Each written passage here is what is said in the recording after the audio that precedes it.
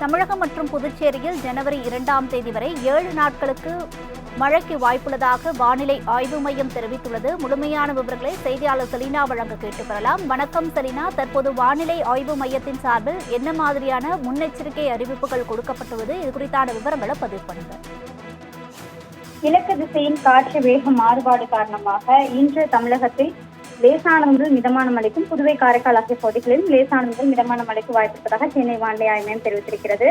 30ஆம் தேதி வரையிலுமே லேசானது முதல் மிதமான மழைக்கும், 31ஆம் தேதி குறிப்பாக பார்த்தோம் என்றால் கன்னியாகுமரி, திருநெல்வேலி, தூத்துக்குடி ஆகிய மாவட்டங்களில் கனமழைக்கு வாய்ப்பிருப்பதாக சென்னை வானிலை ஆய்வு மையம் தெரிவித்திருக்கிறது. 2ஆம் தேதி வரையிலுமே தமிழகம் மற்றும் புதுவை காரைக்கால் ஆகிய பகுதிகளில் லேசானது முதல் மிதமான மழைக்கும், சென்னை மற்றும் புறநகர் சென்னையை பொறுத்தவரையிலும் அடுத்த 48 மணி நேரத்திற்கு வானம் ஓரளவு மேகமூட்டத்துடன் காணப்படும். நகரின் ஒரு சில பகுதிகளில் மற்றும் லேசானது முதல் மிதமான மழைக்கு வாய்ப்பிருப்பதாக தெரிவித்திருக்கிறார்கள்.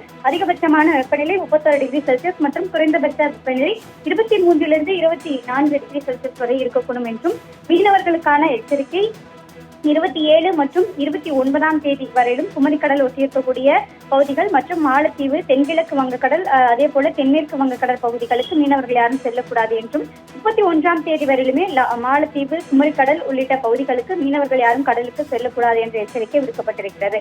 குறிப்பாக மேற்கு திசையின் காற்று வேக மாறுபாடு காரணமாக தமிழகத்தில் இன்றிலிருந்து 2ஆம் தேதி வரையிலுமே லேசானது முதல் மிதமான மழைக்கும், 31ஆம் தேதி மட்டும் 3 மாவட்டங்களில் கனமழைக்கு வாய்ப்பிருப்பதாக சென்னை வானிலை ஆய்வு மையம் தெரிவித்திருக்கிறது.